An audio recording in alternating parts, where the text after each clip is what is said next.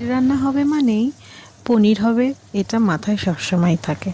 আর পনির খেতে প্রচণ্ড ভালোবাসি আমি।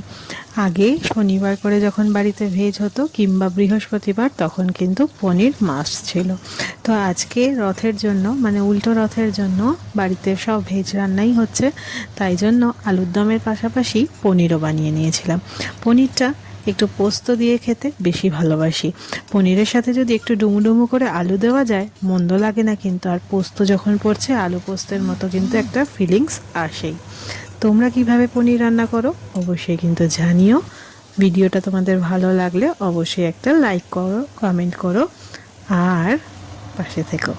তো যাই হোক, ভালো করে কষিয়ে একটু তেলটা ছাড়তে ছাড়তেই পোস্ত থেকে আমি কিন্তু আলুটা আগে দিয়ে একটু ভালো করে সিদ্ধ করে নিয়েছিলাম। সব শেষে আমি কিন্তু পনিরটা দিয়েছি।